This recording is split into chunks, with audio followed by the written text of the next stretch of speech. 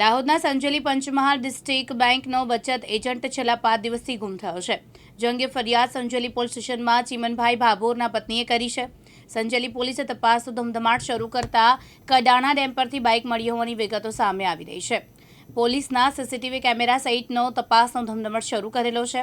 આનિકા ગામમાં ભાભોર ચીમનભાઈ ગલજીભાઈ પંચમહાલ ડિસ્ટ્રિક્ટ બેંકમાં એજન્ટ તરીકે કામ કરતા હતા. અને જે સોમવારે અમે અમારે જુસ્સા પિયરમાં ગયા અને પિયરમાં ગયા પછી એ ગોધરા મિટિંગમાં જવાનું એમ કરીને મને લઈ ગયા 7 વાગે જુસ્સા.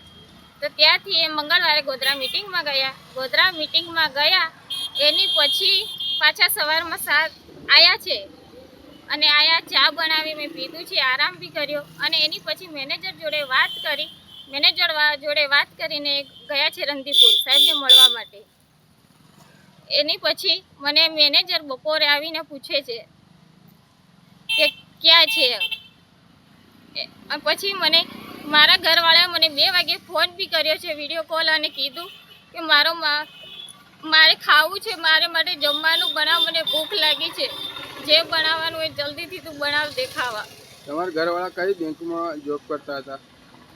આ પીડીસી બેંકમાં. PDC bank Sanjeli? હા. મેનેજરનું શું નામ? એ મને નથી ખબર સર. કેટલા દિવસથી લાપતા છે તમારા ઘરવાળા?